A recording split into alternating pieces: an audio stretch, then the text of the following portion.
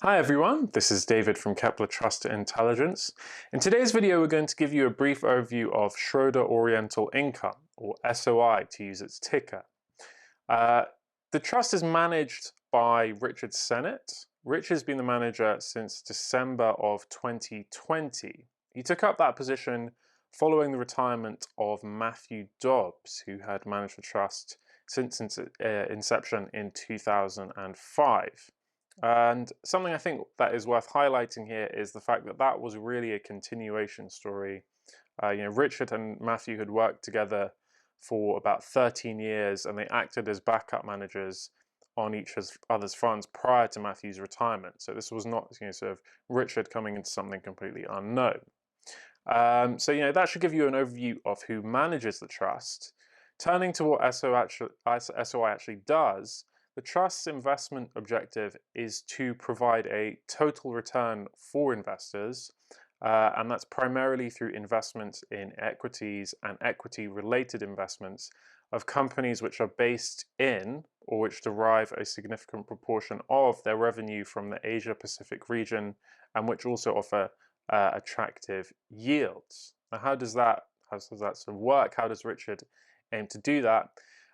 He aims to do it with a relatively concentrated portfolio which are typically of larger companies, and it's done through a bottom-up stock selection process. So what that means in practice is Richard is looking for, typically sort of quality characteristics, and that's things like, firms that are generating attractive free cash flow, good returns on equity, and the sorts of traits that mean that the company can deliver a growing level of income as well as sort of capital growth component.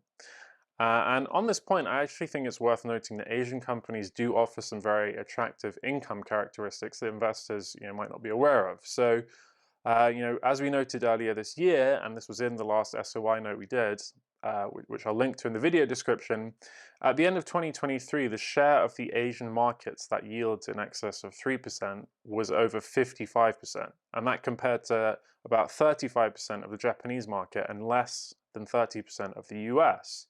So in practice, what that means is Richard has a much larger pool of income-producing companies to choose from when it comes to constructing his portfolio. And you could argue, another consequence of that is that trust has also been successful in generating a high and growing income for shareholders. So if you look at its track record, the trust has delivered dividend growth every year consecutively since launch in 2005.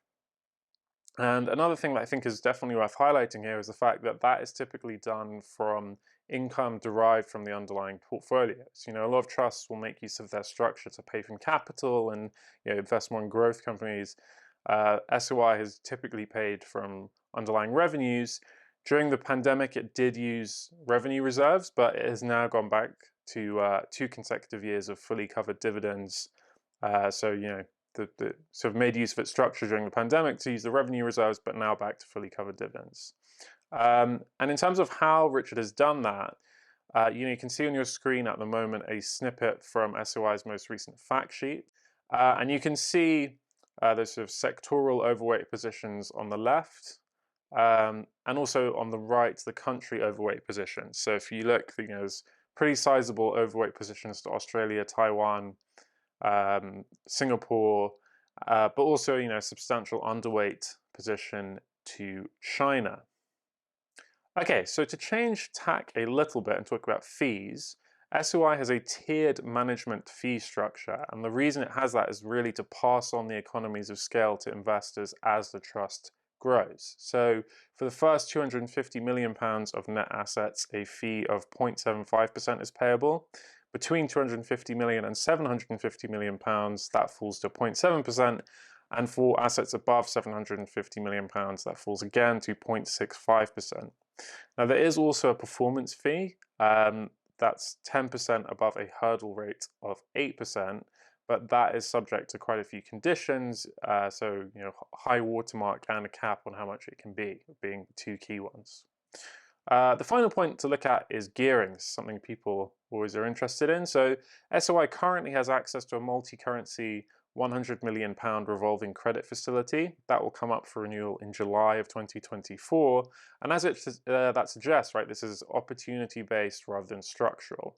So the trust can be geared up to 25% of NAV, and that is determined by Richard.